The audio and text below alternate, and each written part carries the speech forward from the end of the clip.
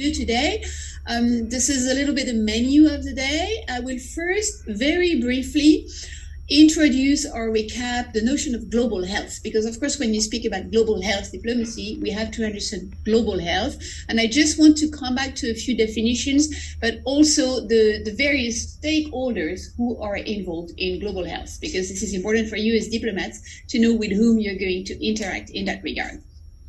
Then we will discuss and come to the core of the topic today and try to discuss the link between foreign policy and global health.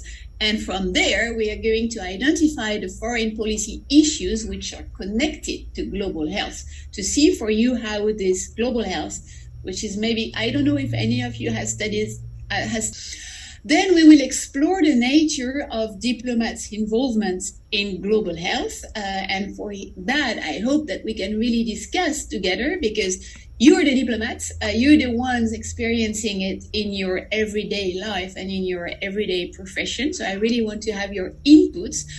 So here again, you have heard from my colleague. I'm sure Ruud and Niels mentioned it a lot at the beginning of your training. Profile a global health diplomat in the end by linking tasks and tools. Finish by identifying the consequences for the MFA organizations. Public health, as you know very well, because you're government officials, the definition which have been taken from H10 in 1988, and that's something you can find on the WHO website, is a definition which says that public health can be seen as the art and science of preventing disease, prolonging life, and promoting health through the organized efforts of society. International health. Where is the difference? So international health, and I've just found this definition on the web, and this is the best one I could find, because experts start to have nitty-gritty discussions about the difference, but it's very obvious on that definition is the field of healthcare, which has a public health component or emphasis, which is dealing with health across regional and national boundaries. So it's a very simple definition. It's the international aspects of health. It can be bilateral relations. First from it because of the global aspect of it. So it's a field into health issues have a global impact. And this is the importance of it. So it goes beyond states or who are state actors, but that traditionally were not international actors.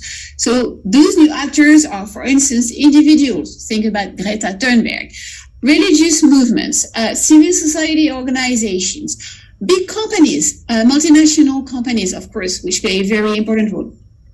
Rebel groups, armed groups, non-state armed groups, scientific community, and all those different actors are creating an extra layer to diplomacy or to international relations that states have to be taken into account. I think that global health diplomacy is a perfect example as that 21st century polylateral diplomacy.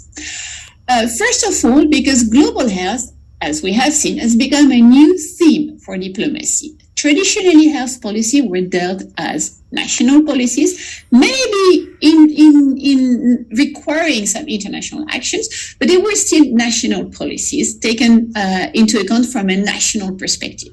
Since the early 2010s, the notion of global health has emerged, which means that health policies cannot be dealt with at a national level anymore because of those global aspects of health that we have been seeing. So they become a very important issue for diplomats. It's also an interesting area because of the importance of new actors that have been involved in these issues and that diplomats need to interact with. Health ministries and agencies. So that's also an important element of 21st century polylateral diplomacy. When you think about the new actors diplomats have to deal with, they are not only new international actors, they can also be governmental actors in a given country who traditionally were only national actors and who are now becoming more international actors. I don't think that when you started your career in diplomacy, or if we look back like a half a century ago, it was not when you started your career, but if we look back a bit earlier on, you we're thinking that the role of a diplomat was going to be dealing with the Ministry of Health, because those were two separate areas in the government. Nowadays, when you have to apply for vaccines, for instance, you have to coordinate your efforts with other governmental areas. So that's also an important element of this 21st century polylateral diplomacy, is that foreign policy is not only the domain réservé of diplomats and ministries of security and defense. It now involves all the government, and sometimes it's more difficult for diplomats to be coordinating their actions with other government departments rather than with